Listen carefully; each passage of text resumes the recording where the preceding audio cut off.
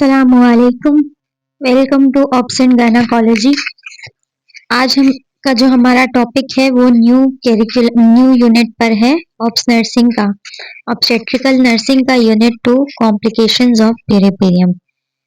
Unit 1 के हमने सारे टॉपिक्स कवर कर लिए हैं। अब हमारा यूनिट 2 स्टार्ट हो गया है, कॉम्प्लिकेशंस ऑफ पेरिपेरियम। पेरिपेरियम में जो हमने नॉर्मल पेरिपेरियम था उसमें जो नॉर्मल चीजें होती हैं उनके बारे में पढ़ा था कि पेरिपेरियम में एक फीमेल के साथ नॉर्मल चेंजेस क्या क्या आती हैं। अब ये वाला यूनिट है कॉम्प्लिकेशन ऑफ पेरिपेरियम। पेरिपेरियम में जो फीमेल्स के साथ प्रॉब्लम्स आ सकती हैं, कॉम्प्लिकेशंस आ सकती हैं, उनको हम इस यूनिट में डिस्कस करेंगे। देखिए, जितना फीमेल को एंटीनेटल केयर की नीड होती है ड्यूरिंग प्रेगनेंसी और डिलीवरी के टाइम, जितनी एक मदर को नीड होती है केयर की, उससे कहीं ज्यादा एक मदर को पेरिपेरियम में केयर की नीड होती है, क्योंकि पेरिपेरियम में भी सीवियर लाइफ थ्रेटनिंग कॉम्प्लिकेशंस हो सकती हैं मदर के साथ। तो हर एक कॉम्प्लिकेशंस को जानना, उनको मैनेज करना आना चाहिए, बहुत जरूरी है। सबसे पहला हमारा जो टॉपिक है वो है पेरिपेरियल सेप्सिस। पेरिपेरियल सेप्सिस जो है वो पेरिपेरियम में होने वाले इन्फेक्शन को कहते हैं, सेप्सिस इन्फेक्शन को कहते हैं। Mastitis, breast sepsis, breast engorgement, vesicovaginal fistula, postpartum साइकोसिस, subinvolution of uterus, thrombophlebitis in puerperium and secondary PPH. ये सारे टॉपिक्स हम कवर करेंगे यूनिट 2 में। तो आज हमने स्टार्ट लिया है इस वीडियो में पेरिपेरियल सेप्सिस से। पेरिपेरियल सेप्सिस को हम डिटेल में पढ़ेंगे कि पेरिपेरियल सेप्सिस क्या होता है, क्यों होता है, कैसे हम डायग्नोस करते हैं और कैसे हम उसे मैनेज करते हैं और ट्रीट करते हैं। देखो, पेरिपेरियल वर्ड निकला है पेरिपेरियम से। पेरिपेरियम जो डिलीवरी के बाद का 6 वीक्स का पीरियड है। सेप्सिस कहते हैं इन्फेक्शन को। पेरिपेरियम में होने वाला इन्फेक्शन पेरिपेरियल सेप्सिस कहलाता है। Infection of genital tract after childbirth और miscarriage leading to septicaemia is called puerperium sepsis. देखिए, जेनाइटल ट्रैक्ट का इन्फेक्शन होना डिलीवरी के बाद या मिसकैरेज के बाद। देखिए, मिसकैरेज जब हो जाता है एबॉर्शन, तो उसके बाद भी एक मदर को जिस तरह डिलीवरी के बाद 40 डेज तक पेरिपेरियम की केयर की नीड होती है, उसी तरह एक एबॉर्शन वाली मदर को भी 40 डेज तक केयर की नीड होती है। तो अगर कोई मदर जिसकी डिलीवरी हुई हो या मिसकैरेज हुआ हो, उन्हें जेनाइटल ट्रैक्ट का इन्फेक्शन हो जाए और वो इन्फेक्शन जो होता है इतना सीवियर होता है कि वो सेप्टिसीमिया लीड करता है। सेप्टिसीमिया का मतलब होता है जब कोई इन्फेक्शन किसी ऑर्गन से ब्लड में एंटर हो जाए। ब्लड में इन्फेक्शन का होना सेप्टिसीमिया कहलाता है। इसका पेरिपेरियल सेप्सिस, इसे हम पेरिपेरियल सेप्सिस कहते हैं। पेरिपेरियल सेप्सिस होता क्यों है? सबसे नंबर 1 पर है अनीमिया। अनीमिया की कहते हैं ब्लड की जो डेफिशिएंसी हो जाती है, हीमोग्लोबिन की डेफिशिएंसी हो जाती है। अनीमिया की डेफिशिएंसी से इस वजह से हो सकता है सेप्सिस, क्योंकि जो इम्यूनिटी होती है वो वीक हो जाती है। वीक इम्यूनिटी की वजह से सेप्सिस हो सकता है। मेलन्यूट्रिशन कहते हैं जिसमें न्यूट्रिशन की डेफिशिएंसी होती है। डाइट तो लेते हैं हम, लेकिन हेल्दी डाइट नहीं लेते। वो डाइट नहीं लेते जिसमें हम एसेंशियल न्यूट्रिएंट्स होते हैं जो हमारी बॉडी की रिक्वायरमेंट होती है। तो अगर उन न्यूट्रिएंट्स की डेफिशिएंसी हो जाए तब भी इन्फेक्शन, बॉडी का इम्यून सिस्टम वीक हो जाता है, और जब बॉडी का इम्यून सिस्टम वीक हो जाए तो इन्फेक्शन इजीली लग सकता है। क्यों? क्योंकि पेरिपेरियम में एक तो अनहाइजेनिक कंडीशन रहती है डिलीवरी के बाद फीमेल की ड्यू टू लोकिया, और दूसरा यह है कि फीमेल की अंदर काफी systemic, reproductive, psychological, hormonal changes आ रही होते हैं। तो अगर मदर मेल न्यूट्रिशन ऐसे में रहेगी, ग़िज़ा की कमी रहेगी उनमें, तो उनमें इन्फेक्शन होने के चांसेस ज़्यादा होते हैं। डायबिटीज मेलाइटस, वो मदर्स, वो फीमेल्स जिनको डायबिटीज है, उनको भी सेप्सिस होने के चांसेस ज़्यादा होते हैं ड्यू टू लो इम्यूनिटी कम होने की वजह से। प्रोलॉन्ग लेबर कहते हैं जब लेबर का ड्यूरेशन ज़्यादा हो जाए। नॉर्मल लेबर का जो ड्यूरेशन है वो 18 to 24 आवर्स है। अगर 18 to 24 आवर्स से ज़्यादा टाइम हो गया और लेबर का प्रोसेस 24 आवर्स से ज़्यादा तक चला तो उसे हम प्रोलॉन्ग लेबर कहते हैं। उसकी वजह से भी पीरियड में सेप्सिस हो सकता है, क्योंकि लेबर प्रोलॉन्ग होगा, बार बार पीवी होगी, फीमेल की जो जेनाइटल ट्रैक होगा वो ओपन रहेगा, इंस्ट्रूमेंट भी लग सकते हैं, तो इसकी वजह से सेप्सिस के चांसेस ज़्यादा होते हैं। ऑब्स्ट्रक्टेड लेबर, ऑब्स्ट्रक्टेड लेबर कहते हैं जब बेबी का हेड आकर पेल्विक बोन में विजाइना में स्टक हो जाए, उसे ऑब्स्ट्रक्टेड लेबर कहते हैं। तो ऑब्स्ट्रक्टेड लेबर की कंडीशन में भी सेप्सिस के चांसेस ज़्यादा होते हैं, क्योंकि जेनाइटल ट्रैक में एग्जामिनेशन प्रोसीजर्स ये सारी चीज़ें ज़्यादा हो रही होती हैं। प्रोलॉन्ग रप्चर ऑफ मेम्ब्रेन, अगर किसी फीमेल की मेम्ब्रेन्स रप्चर हो जाएं काफ़ी टाइम पहले ही, प्रोलॉन्ग रप्चर ऑफ मेम्ब्रेन का मतलब ये कि जैसे फीमेल को लेबर पेन स्टार्ट हुए और नॉर्मल जो मेम्ब्रेन्स रप्चर होनी चाहिए वो जब सर्विक्स 7 सेंटीमीटर 6 to 7 सेंटीमीटर पर हो जाए, डायलेट हो जाए, तब मेम्ब्रेन्स का रप्चर होना नॉर्मल है। लेकिन अगर एक फीमेल को लेबर पेन अभी स्टार्ट ही हुए हैं तो उस वक्त उसके मेम्ब्रेन्स रप्चर हो जाएं और लेबर का प्रोसेस लॉन्ग चलता रहे तो उससे भी इन्फेक्शन के चांसेस ज़्यादा होते हैं। इंस्ट्रूमेंटल डिलीवरी, अगर किसी मदर की डिलीवरी में इंस्ट्रूमेंट्स का यूज हुआ हो तो इंस्ट्रूमेंट की वजह से भी सेप्सिस के चांसेस ज़्यादा होते हैं। Manual removal of placenta, manual removal of placenta का मतलब है हाथ से प्लासेंटा को रिमूव करना। सम टाइम ऐसा होता है कि लेबर की 3rd स्टेज में प्लासेंटा की डिलीवरी होती है। प्लासेंटा अगर हम एक्टिव मैनेजमेंट से डिलीवर करते हैं तो विद इन 30 मिनट्स डिलीवर हो जाना चाहिए, और अगर हम नेचुरल फिजियोलॉजिकल मेथड पे छोड़ते हैं तो 1 आवर्स तक प्लासेंटा को रिमूव हो जाना चाहिए यूट्रस से। लेकिन अगर प्लासेंटा रिमूव नहीं होता अपने ड्यूरेशन के अकॉर्डिंग तो वो रिटेन प्लासेंटा रह जाता है, और रिटेन प्लासेंटा को फिर हाथ से रिमूव किया जाता है। हाथ से रिमूव किया जाता है उसको, प्लासेंटा को, तो उसको हम कहते हैं मैनुअल रिमूवल ऑफ प्लासेंटा। जब हाथ का यूज होगा, हाथ यूट्रस में जाएगा, प्रोसेस होगा तो इन्फेक्शन के चांसेस ज्यादा होते हैं। एसेप्टिक टेक्निक ड्यूरिंग लेबर और डीएनसी, डीएनसी या डिलीवरी के दौरान अगर एसेप्टिक टेक्निक को यूज किया जाए, एसेप्टिक टेक्निक वो टेक्निक जिसमें हाइजीन का, सैनिटेशन का ख्याल नहीं रखा गया, septic medical asepsis, surgical asepsis का, स्टेरिलाइजेशन का ख्याल नहीं रखा गया, तो भी बिल्कुल ऑब्वियसली इन्फेक्शन के चांसेस ज्यादा होते हैं। पीपीएच, पीपीएच कहते हैं पोस्टपार्टम हेमरेज, डिलीवरी के बाद एक्सेसिव वेजाइनल डिलीवरी ब्लीडिंग जाना पीपीएच कहलाता है। अगर किसी फीमेल को पीपीएच हुआ है तो उसमें भी इन्फेक्शन के चांसेस ज़्यादा होते हैं, क्योंकि पीपीएच की जब मैनेजमेंट कर रहे होते हैं तो वो प्रोसीजर लॉन्ग चला जाता है, और जितना लॉन्ग प्रोसीजर होगा उतने इन्फेक्शन के चांसेस ज़्यादा होंगे। पुअर हाइजीन, मदर अपनी हाइजीन मेंटेन नहीं रखेगी, अपनी सफाई नहीं रखेगी, केयर नहीं करेगी तो भी इन्फेक्शन के चांसेस ज़्यादा होते हैं। वो थे रीजन। अब साइन सिम्टम्स क्या होते हैं, मदर आपके पास आएगी तो क्या हिस्ट्री देगी, क्या आप समझ जाएंगे कि मदर को यूरिपीरियल सेप्सिस में है मदर। हाई ग्रेड फीवर, सबसे पहले तो इन्फेक्शन का जो फर्स्ट सिम्टम होता है वो होता है हाई ग्रेड फीवर। मदर को हाई ग्रेड फीवर होगा। टेकिपनिया, टेकिपनिया कहते हैं जब रेस्पिरेटरी रेट ज़्यादा हो, नॉर्मल रेस्पिरेटरी रेट 12 to 20 होता है, अगर 20 से ज़्यादा हो रेस्पिरेटरी रेट उसे टेकिपनिया कहते हैं। सीवियर पेल्विक पेन, मदर आपको बताएगी कि उसे बहुत सीवियर पेल्विक पेन हो रहा है, लोअर एब्डोमिनल पेन बहुत ज़्यादा है। फोल स्मेलिंग वेजाइनल डिस्चार्ज, बदबूदार वेजाइनल डिस्चार्ज का जाना। आप जब पीवी एग्जामिनेशन करेंगे तो आपको डिस्चार्ज में वेजाइनल डिस्चार्ज मिलेगा, और वो भी बहुत ज़्यादा फोल स्मेलिंग बदबूदार स्मेल के साथ होगा। सब इन्वोल्यूशन ऑफ यूट्रस, सब इन्वोल्यूशन ऑफ यूट्रस का मतलब यही देखें, सबसे पहले तो इन्वोल्यूशन को समझते हैं कि इन्वोल्यूशन क्या है। हमने नॉर्मल पीरियड में भी इसको डिटेल से देखा था। इन्वोल्यूशन का मतलब होता है कि जब डिलीवरी के बाद यूट्रस अम्बिलिकल लेवल पर आ जाता है, अब यूट्रस ने अपनी नॉर्मल नॉन प्रेग्नेंट स्टेट में पेल्विक कैविटी में जाना है, तो यूट्रस का डिलीवरी के बाद यूट्रस का अपनी नॉन प्रेग्नेंट स्टेट में पेल्विक में वापस जाने को इन्वोल्यूशन ऑफ यूट्रस कहते हैं। अब सब का मतलब होता है हाफ, हाफ या डिले। तो सब इन्वोल्यूशन ऑफ यूट्रस में ये होता है कि जो यूट्रस होता है वो अपने टाइम के अकॉर्डिंग पेल्विस कैविटी में रिवर्ट बैक नहीं हो रहा होता, कॉन्ट्रैक्ट नहीं हो रहा होता, रिलैक्स ही पड़ा रहता है और एब्डोमेन में ही पड़ा रहता है, जिसे सब इन्वॉल्यूशन ऑफ यूट्रस कहते हैं। और ये एक क्रिटिकल कंडीशन होती है जिसकी वजह से मदर को ब्लीडिंग जा रही होती है, ब्लीडिंग स्टॉप नहीं होती और ये सीवियर कॉम्प्लिकेशन को भी क्रिएट कर सकता है।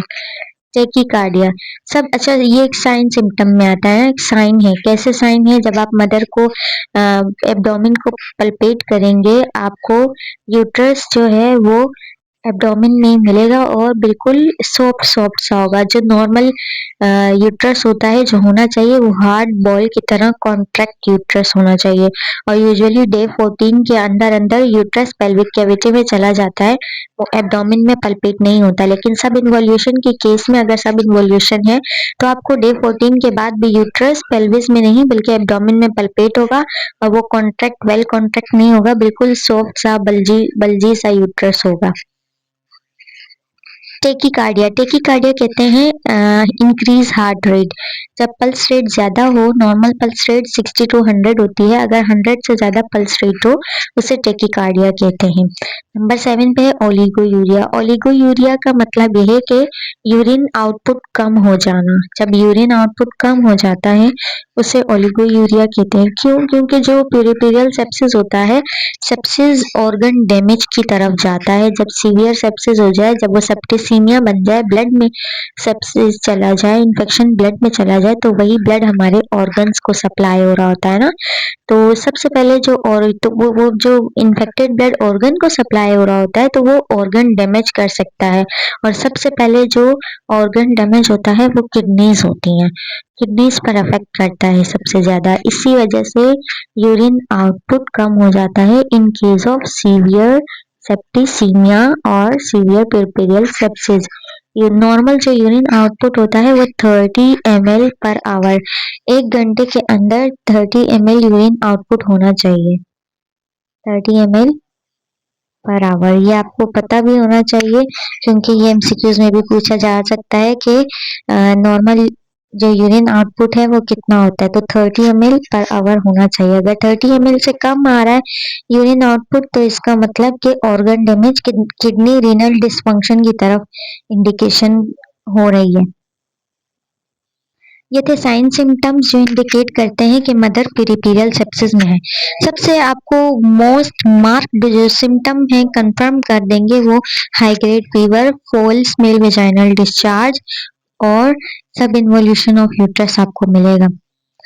अब आपके पास पेशेंट आ गई, आपने कॉजेज देखे, कॉजेज को जानना है पेशेंट की कि पेशेंट को कौन सा कॉज है। कॉजेज हमने बहुत सारे पढ़े कि पेरिफेरल सेप्सिस के कितने कॉजेज हो सकते हैं। तो आपने पेशेंट से हिस्ट्री लेनी है, सारी हिस्ट्री की आपकी मेम्ब्रेन, जब आपकी डिलीवरी हुई आपकी मेम्ब्रेन्स कब रप्चर हुई थी, आपको अनीमिया तो नहीं था, खून की कमी तो नहीं थी, या कोई शुगर का मसला तो नहीं था, या आपका प्लासेंटा का मसला तो नहीं हुआ। तो जितने कॉजेज थे उस रिलेटेड आपने पेशेंट से सारी हिस्ट्री लेनी है और कॉज को जानना है कि आखिर किस रीजन की वजह से पेरिफेरल सेप्सिस हुआ है। देन आपको साइन सिम्टम्स भी मिल जाएंगे। उसके बाद आप जाएंगे इन्वेस्टिगेशन की तरफ। इन्वेस्टिगेशन जिसमें आप लैब्स करवाते हैं। तो पेरिफेरल सेप्सिस में कौन कौन से लैब्स करवाएंगे? सीबीसी करवाएंगे जिसमें ब्लड, कंप्लीट ब्लड काउंट पता चल जाता है और इस ब्लड काउंट में आपको इन्फेक्शन का इंडिकेशन मिलता है, डब्ल्यूबीसी का लेवल बढ़ा हुआ होता है। आरबीएस आप करवाएंगे क्योंकि हमने देखा कॉजेज में कि शुगर की वजह से भी पेरिफेरल सेप्सिस हो सकते हैं, डायबिटीज की वजह से, तो इसीलिए आप आरबीएस करवाएंगे। यूरिन डीआर करवाएंगे, यूरिन सीएस भी भिजवा सकते हैं। यूरिन डीआर करवाएंगे क्यों? क्योंकि हमने पढ़ा कि सेप्टिसीमिया अगर हो जाए तो वो सबसे पहले जो है रीनल डिसफंक्शन होता है, रीनल पर अफेक्ट करता है। तो हम किडनी रिलेटेड सारे इन्वेस्टिगेशन करवाएंगे कि किडनीज फंक्शनल है या किडनीज पर तो कोई अफेक्ट नहीं पड़ा। ब्लड सीएस, देखिए ब्लड सीएस, हम ब्लड सीएस का मतलब होता है culture and sensitivity, culture and sensitivity. ये टेस्ट हम कब करवाते हैं? ये बड़ा टेस्ट होता है जिसमें हमें कंप्लीट पता चल जाता है इन्फेक्शन का, कि खून से कल्चर में पता चल जाता है कि कौन सा माइक्रो ऑर्गेनिज्म है, कौन सा पैथोजन है जिसने बॉडी के अंदर मल्टीप्लिकेशन की है, जिसकी वजह से इन्फेक्शन हुआ है। इन्फेक्शन के ऑर्गेनिज्म का पता चल जाता है और इसकी सेंसिटिविटी कि ये कौन सी एंटीबायोटिक है जो इस माइक्रो ऑर्गेनिज्म के लिए सेंसिटिव होगी। तो ट्रीटमेंट बेस्ट ट्रीटमेंट में आसानी हो जाती है, क्योंकि आजकल सबसे ज़्यादा जो प्रॉब्लम देखने को मिल रहा है वो एंटीबायोटिक रेजिस्टेंस का देखने को मिल रहा है, एक्सटीआर, एक्सटेंसिव ड्रग रेजिस्टेंस। तो एंटीबायोटिक्स जो हम दे देते हैं उसकी वजह से बहुत से प्रॉब्लम्स आते हैं और ड्रग रेजिस्टेंस हो जाता है। तो एंटीबायोटिक ट्रीटमेंट देने के लिए बेस्ट जो तरीका है वो ये है कि आप ब्लड सीएस करवाएं और उसके अकॉर्डिंग कोज ऑफ ऑर्गेनिज्म देखें और उसके अकॉर्डिंग जो भी एंटीबायोटिक सेंसिटिव है वो वाली एंटीबायोटिक का यूज करें। यूएस पेल्विस, यूएस का मतलब है अल्ट्रासाउंड पेल्विस। पेल्विस का अल्ट्रासाउंड करवाएंगे आप, रीजन जानेंगे कि कहीं रिटेन प्रोडक्ट तो नहीं है, प्लासेंटल पीसीज नहीं है या सब इन्वोल्यूशन ऑफ यूट्रस तो नहीं है। एचवीएस, एचवीएस कहते हैं हाई वेजाइनल स्वेब। ये एक ऐसा टेस्ट होता है जिसमें आपके पास एक ट्यूब की तरह जार होती है, उसे आप वेजाइना में इंसर्ट करके वेजाइना का जो पस आ रहा होता है, डिस्चार्ज आ रहा होता है, उस डिस्चार्ज को उस ट्यूब पर लेते हैं और वो जार आप भिजवा देते हैं लैब के लिए। तो इससे आपको वेजाइना में जो इन्फेक्शियस एजेंट, वेजाइना में जो जेनाइटल ट्रैक में जो इन्फेक्शियस एजेंट होता है जिसका कॉज होता है वो पता चल जाता है। इसी तरह पेरिनियल स्वेब, अगर पेरिनियल पर इन्फेक्शन हुआ है तो वहां से आप स्वेब डिस्चार्ज कलेक्ट करेंगे। पस सीएस, अगर पस आपको नजर आती है किसी जख्म में, वूंड में, समटाइम सिजेरियन सेक्शन के बाद जो जख्म होता है, सिजेरियन का जख्म या एपिजियोटमी या पेरिनियल टियर का जख्म हो जाता है, उस जख्म के अंदर पस फॉर्मेशन हो जाती है और वो पेरिफेरल सेप्सिस करवा देता है। तो अगर किसी वूंड के अंदर पस हो गई है तो आप उस जो आपके पास ट्यूब होती है उस ट्यूब से आप उस पस को कलेक्ट करते हैं और उसको डायग्नोस के लिए भिजवाते हैं। यूसीई, यूसीई कहते हैं यूरिया क्रिएटिनिन इलेक्ट्रोलाइट टेस्ट को। ये हम रीनल फंक्शन को चेक करने के लिए ये टेस्ट करवाते हैं कि किडनीज अपना नॉर्मल फंक्शन कर रही हैं या किडनीज अफेक्टेड तो नहीं हुई। ये थी इन्वेस्टिगेशन जो हम पेरिफेरल सेप्सिस में करवाते हैं कंफर्मेशन के लिए। ये देखें, ये जो है इस तरह से ये ट्यूब होती है, ये पूरी ट्यूब है, इसके साथ जो है ये टूथपिक लगी होती है कॉटन बड की तरह। इस कॉटन बड को इस तरह से वेजाइना में आप जो है डक्स पेकुलम डालते हैं, वेजाइना ओपन करते हैं और अंदर से जो पस आ रही होती है, डिस्चार्ज आ रहा होता है, उसको इस टूथ जो है कॉटन बड पे कलेक्ट करके फिर इस जार में डालकर आप भिजवा देते हैं लैब के लिए। ये एचवीएस और पस स्वैब का जो टेस्ट है वो इस तरह किया जाता है।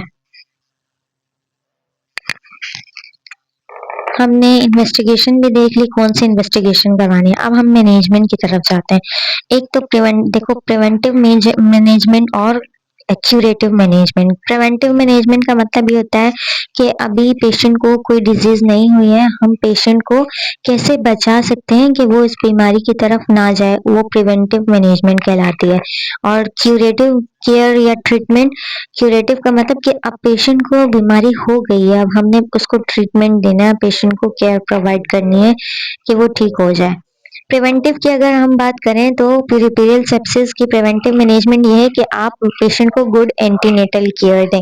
एंटीनेटल केयर अच्छी देने से क्या होगा, पेशेंट का अनीमिया नहीं होगा, शुगर कंट्रोल रहेगी और पेशेंट की जो है न्यूट्रिशनल स्टेटस पूरा रहेगा, तो पेशेंट को फिर इम्यूनिटी प्रॉपर होगी, डाइट वगैरह प्रॉपर होगी। दूसरा क्या है, proper intranatal care. Intranatal care कहते हैं डिलीवरी के दौरान केयर। डिलीवरी के दौरान अच्छी केयर देनी, लाइक सेप्टिक टेक्निक्स को यूज करना और ये सारी चीजें जो है हाइजीन को मेंटेन करना, वो ऑब्स्ट्रक्टेड लेबर को, प्रोलॉन्ग लेबर को प्रोटेक्ट करना, प्रिवेंट करना, ये इंट्रानेटल केयर में आता है। गुड पोस्टनेटल केयर, डिलीवरी के बाद अच्छी केयर देना, पेशेंट को अच्छी डाइट, अच्छी हाइजीन की इंस्ट्रक्शंस देना, ब्रेस्ट फीडिंग के बारे में बताना। तो ये है, अगर हम एंटीनेटल, इंट्रानेटल और पोस्टनेटल केयर अच्छी दे दें तो पेशेंट सेप्सिस में नहीं जाती है। लेकिन अब अगर क्यूरेटिव केयर अगर पेशेंट को हो गया है, सेप्सिस हो गया है, तो अब हमने ट्रीटमेंट देनी है, तो अब हम क्या करेंगे? देखिए, जो ये पेरिफेरल सेप्सिस होता है, लाइफ थ्रेटनिंग कंडीशन होती है, पेशेंट की जान भी जा सकती है ड्यू टू ऑर्गन डैमेज की वजह से। तो इसमें पेशेंट को एडमिट करना होता है। Admit the patient in hospital, identify the cause. Cause को जाने सबसे पहले कि क्या रीजन है, किस रीजन की वजह से पेशेंट को पेरिफेरल सेप्सिस हुआ है। जनरल केयर देते हैं। जनरल केयर में आता है कि पेशेंट का एडमिशन करवाना, पेशेंट को हॉस्पिटल गाउन पहनाना, पेशेंट को आइडेंटिटी बैंड पहनाना, पेशेंट को जो है आइडेंटिटी बैंड पहनाना, पेशेंट को आईवी मेंटेन करना, पॉलिश के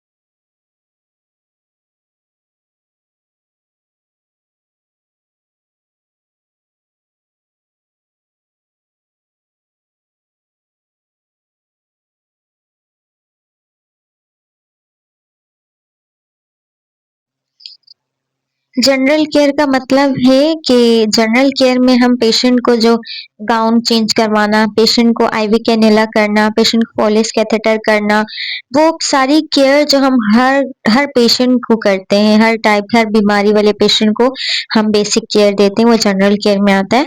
local care of various wounds, अगर पेशेंट को कहीं वुंड्स है लाइक एपिजियोटमी या सिजेरियन का वुंड है और वो इन्फेक्टेड है, तो उस वुंड को हम क्लीन करते हैं, उस वुंड की ड्रेसिंग करते हैं, स्टेरिलाइज करते हैं वुंड को। फ्लूइड रिप्लेसमेंट जो होता है मोस्ट एसेंशियल मैनेजमेंट होती है किसी भी सेप्सिस की, इन्फेक्शन की या शॉक की। तो हम फ्लूइड रिप्लेसमेंट में पेशेंट को फिंगर लैक्टेट या नॉर्मल सलाइन फ्लूइड लगाते हैं ताकि पेशेंट का ब्लड वॉल्यूम मेंटेन रहे। Remove the source of infection, जो भी इन्फेक्शन का रीजन है, सोर्स है, उसको हम रिमूव करते हैं। For example, evacuate uterus if retain product present. Uterus को हम खाली करेंगे अगर कोई प्लासेंटल पीसेस रह गए। अगर कॉज में आया कि प्लासेंटल आरपीओसिस है, तो हम डीएनई करके यूट्रस को इवेक्यूएट कर देते हैं। ड्रेन पस फ्रॉम वोन्स, पेरिनियल और सिजेरियन सेक्शन। अगर सिजेरियन कॉज है, सेप्सिस का कॉज ये है कि सिजेरियन सेक्शन खराब हो गया है, उसमें इन्फेक्शन हो गया है, या पेरिनियम पर जो टीयर्स आए थे, एपिजियोटमी आई थी, वो वुंड खराब हो गया, उसमें पस भर गए है, तो उस पस को हम रिमूव करते हैं, ड्रेन करते हैं और वुंड केयर देते हैं पेशेंट को। ट्रीट यूरिनरी और ब्रेस्ट इन्फेक्शन। अगर अक्सर पेशेंट को ब्रेस्ट में इन्फेक्शन हो जाता है पीरियड में डिलीवरी के बाद, और ब्रेस्ट के इन्फेक्शन को मेस्टाइटिस कहते हैं। अगर मेस्टाइटिस हो या ब्रेस्ट एब्सिस हो या यूरिनरी ट्रैक इन्फेक्शन हो, तो उसको ट्रीट करते हैं। Start broad spectrum antibiotics within 1 hour. Patient को जल्द अज जल्द ब्रॉड स्पेक्ट्रम एंटीबायोटिक स्टार्ट करते हैं 1 घंटे के अंदर अंदर, क्योंकि सेप्टिसीमिया भी लाइफ थ्रेटनिंग कंडीशन है, ऑर्गन डैमेज करता है और ऑर्गन डैमेज की वजह से डेथ हो सकती है। ब्रॉड स्पेक्ट्रम एंटीबायोटिक्स, देखिए एंटीबायोटिक्स 2 टाइप्स के होते हैं, एक नेरो स्पेक्ट्रम एंटीबायोटिक्स, एक broad spectrum antibiotics. Narrow spectrum antibiotics वो एंटीबायोटिक्स होती हैं जो किसी स्पेसिफिक, सिर्फ एक स्पेसिफिक ऑर्गेनिज्म को किल करती हैं, पैथोजन को किल करती हैं। और ब्रॉड स्पेक्ट्रम एंटीबायोटिक वो एंटीबायोटिक होती है जो वेराइटी ऑफ बहुत ज्यादा माइक्रोब्स को किल करती हैं। तो हम फिर broad spectrum antibiotic as soon as start करवा देते हैं। लेकिन एंटीबायोटिक स्टार्ट करने से पहले आप पेशेंट का ब्लड सीएस का सैंपल लेंगे। पहले ब्लड सीएस का सैंपल लेंगे, देन आप एंटीबायोटिक स्टार्ट करेंगे। वो इस वजह से अगर आप पहले एंटीबायोटिक स्टार्ट कर देंगे और सैंपल नहीं लेंगे, तो फिर जो सीएस की रिपोर्ट है वो करेक्ट नहीं आएगी। इन्होंने एक दिया है सेफ्ट्राइक्सोन। सेफ्ट्राइक्सोन स्टार्ट कर देते हैं आप, इंजेक्टेबल सेफ्ट्राइक्सोन देते हैं 10 डेज के लिए। और यूरिन आउटपुट चेक करेंगे आप। Check urine output 30 ml per hour output of urine. Normal हमने कहा जो यूरिन का आउटपुट होता है वो 30 ml पर आवर होता है। तो यूरिन आउटपुट पॉलिश कैथेटर किया होगा पेशेंट को और उसमें यूरिन आउटपुट चेक करते रहेंगे कि पर आवर 30 ml यूरिन बन रहा है या नहीं। अगर यूरिन 30 ml से कम बन रहा है पर आवर, इसका मतलब इंडिकेट कर रहा है कि पेशेंट ऑर्गन डैमेज की तरफ जा रहा है, सेप्टिसीमिया में चला गया है पेशेंट। इन्होंने देखो एक ऑप्शन दिया हुआ है सेफ्ट्राक्सोन का, या तो आप सेफ्ट्राक्सोन 10 डेज के लिए देते हैं पेशेंट को, या फिर आप एम्पिसिलिन, जेंटामाइसिन, मेट्रोनिडाजोल, ये तीनों एक साथ स्टार्ट कर देते हैं पेशेंट को। एम्पिसिलिन भी एंटीबायोटिक है, जेंटामाइसिन भी। आप एम्पिसिलिन भी आईवी देते हैं, जेंटामाइसिन भी इंजेक्टेबल में देंगे और मेट्रोनिडाजोल फ्लेजल, इन तीनों की थेरेपी एक साथ देंगे। ये भी ब्रॉड स्पेक्ट्रम में आ जाएगा। Continue until fever settles, then shift to oral antibiotics. ये तीनों की हम थेरेपी तब तक देंगे जब तक पेशेंट का फीवर सेटल ना हो जाए। जब पेशेंट का फीवर नॉर्मलाइज हो जाए, सिम्टम्स सप्रेस हो जाए, देन फिर आप ओरल एंटीबायोटिक्स पर पेशेंट को डाल देते हैं। ये थी मैनेजमेंट थी पेरिफेरल सेप्सिस की। और कॉम्प्लिकेशंस की बात करें कि अगर पेरिफेरल सेप्सिस हो जाता है तो उसकी क्या कॉम्प्लिकेशंस हो सकती हैं। सबसे पहली कॉम्प्लिकेशन सेप्टिसीमिया, कि अगर जेनिटल ट्रैक्ट में इन्फेक्शन हुआ है तो वो ब्लड में भी इजीली जा सकता है, स्प्रेड हो सकता है, और ब्लड में अगर इन्फेक्शन स्प्रेड हो जाए उसे सेप्टिसीमिया कहते हैं। सेप्टिक शॉक, शॉक एक बहुत क्रिटिकल लाइफ थ्रेटनिंग कंडीशन होती है। शॉक का मतलब है inadequate oxygen supply to vital organ. Vital organ को प्रॉपर तौर पर इन ऑक्सीजन सप्लाई नहीं जा रही होती और पेशेंट जो है शॉक में चला जाता है और उसकी डेथ हो जाती है। सेप्टिक शॉक, इन्फेक्शन की वजह से अगर कोई शॉक में जा रहा है पेशेंट, उसे सेप्टिक शॉक कहते हैं। और पेरिफेरल सेप्सिस से पेशेंट सेप्टिक शॉक में भी जा सकता है। Respiratory failure, renal failure and then death. हमने कहा कि अगर सेप्टिसीमिया हो गया तो वही ब्लड, इन्फेक्टेड ब्लड हमारे सर्कुलेशन में जाता है और वो हमारे हर ऑर्गन तक जाता है। तो सबसे पहले जो डैमेज होता है, रीनल डैमेज होता है, रीनल फेलियर होता है, देन रिस्पायरेटरी फेलियर होता है और फिर डेथ भी हो जाती है ड्यू टू ऑर्गन फेलियर। ये थी जो है करंट कॉम्प्लिकेशंस जो हो सकती हैं पेरिफेरम की वजह से। लेकिन अगर पेशेंट ठीक हो गया, रिकवर हो गया, ट्रीटमेंट अच्छे से मिल गई पेशेंट को, तो ये कुछ प्रॉब्लम्स हैं जो पेशेंट के साथ बाद में भी रहती हैं। माइनर प्रॉब्लम्स रहती हैं, मेंस्ट्रुअल प्रॉब्लम रहती हैं, पीरियड्स इरेगुलर रहते हैं, पीआईडी होती है, पेल्विक इन्फ्लामेटरी डिजीज। ये भी जो है पेल्विक ऑर्गन्स की ही इन्फ्लामेशन होती है, PID. Chronic pelvic pain, patient को पेल्विक पेन परसिस्टेंट रहता है, लोअर एब्डोमिनल पेन उसे हर वक्त रहता है। ये लेट कॉम्प्लिकेशंस थी। तो ये था आज का हमारा टॉपिक, पेरिफेरल सेप्सिस। उम्मीद करती हूँ आपको समझ आया होगा। पेरिफेरल सेप्सिस को अच्छे से पढ़ें, अच्छे से उसके रीजंस को जानें, डायग्नोसिस को समझें, कौन सी हम डायग्नोसिस करवाएंगे, कौन से साइन सिम्टम्स हैं जो सेप्सिस को इंडिकेट करते हैं, और हम किस तरह से पेरिफेरल सेप्सिस को मैनेज कर सकते हैं और किस तरह से उसे ट्रीट कर सकते हैं।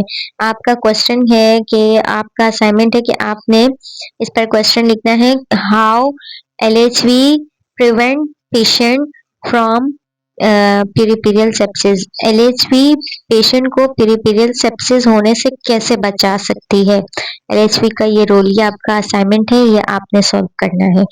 मिलते हैं नेक्स्ट वीडियो में, अपना ख्याल रखना, अल्लाह हाफिज।